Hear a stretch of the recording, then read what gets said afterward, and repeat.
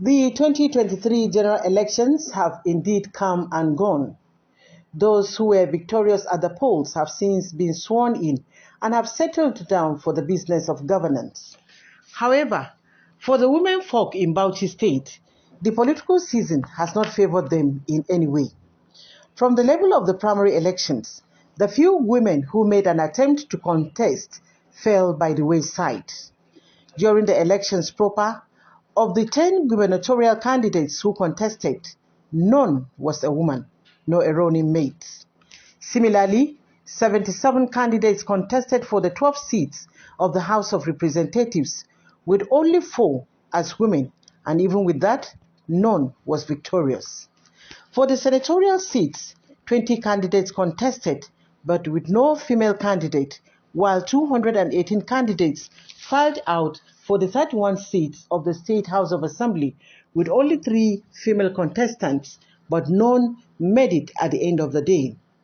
With this, Bauchi State has none of the elective positions, even in the State House of Assembly, a trend many described as unhealthy and a minus to the desire of most countries to encourage active participation of women in politics. The former Minister of Women Affairs in Nigeria, Pauline Tallen, described as heartbreaking and disappointing the performance of women candidates in the last elections. However, all hope is not lost, as the cheering news in the state is that Governor Bala Mohammed is giving women a chance as far as appointing positions is concerned. On the 14th of August 2023, 24 new commissioners were sworn in at the banquet hall of the government house. Of the number, 5 are women. They include Lydia Haruna Zamani of the Higher Education Ministry. Hajara Jibril Gidado is to take charge of the Ministry of Women Affairs and Child Development. Hajara Yakubu Wanka, Ministry for Humanitarian Affairs. Jamila Mohammed Ahiru, Ministry of Education, and Amina Katagum, who is to take charge of the Ministry of Lands and Survey. Similarly, out of the 20 local governments caretaker committee chairmen appointed, 1 is a woman, while 3 others are now serving as deputies. This is in addition to others appointed to serve as permanent secretaries and heads of some parastatals. A cross-section of women in the state are happy about this development. Aji Robinson and Grace Mekudi are among these women who describe the development as a promise kept.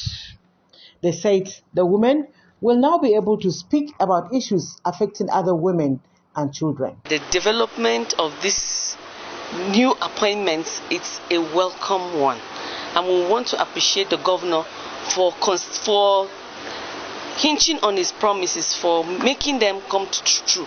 So this shows that the government is willing to include women in its decision making and bringing women to leadership, meaning that the voices of women will be heard in governance, in decision, in leadership in the country.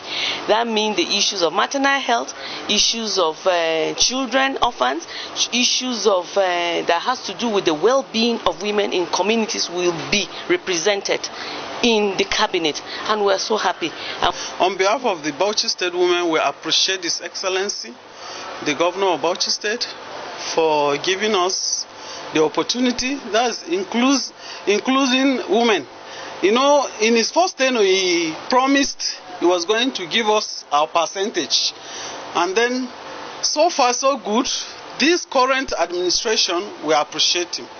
So, having women on board, that means the deliverables is going to be visible by the grace of God. They call for more of such appointments. Phoebe Kafi, reporting for BATV News.